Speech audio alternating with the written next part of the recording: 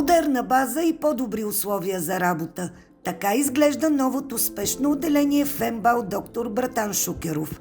Предстои да бъде отворено новото спешно отделение в град Смолян с обновена материална база, повече пространство за пациентите, повече пространство за персонала, улеснен достъп през два хода за пациентите, един за спешна помощ. Отделението е с модерна визия, подобрена леглова база и технически обезпечено с модерна техника. Целта е по-добри условия за лечение и по-добра организация на работа. Отделението е изпълнено по проект на Министерството на здравеопазването.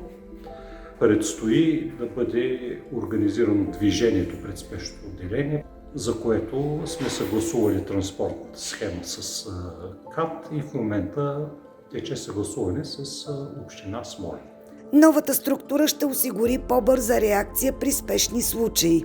Разполагаме с 3 зали, зала за наблюдение, интензивна зала и шокова зала, които са оборудвани по най-модерни технологии. Постарали сме се от най-малките до най-големите, всеки да си има своето място и да бъде отделен от другите. Техниката и легловата база съответстват на стандарта по спешна медицина и сме готови да посрещнем всеки един пациент и всяко едно състояние.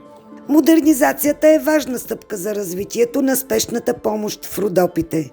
Новото за нашата болница е, че ще имаме наша регистратура, на която ще бъдат обслужени само наши пациенти. Отделението е много по-просторно, отговаря на стандарта по спешна медицина и с хеликоптерното летище, което е завършено, спешната помощ ще бъде на европейско ниво.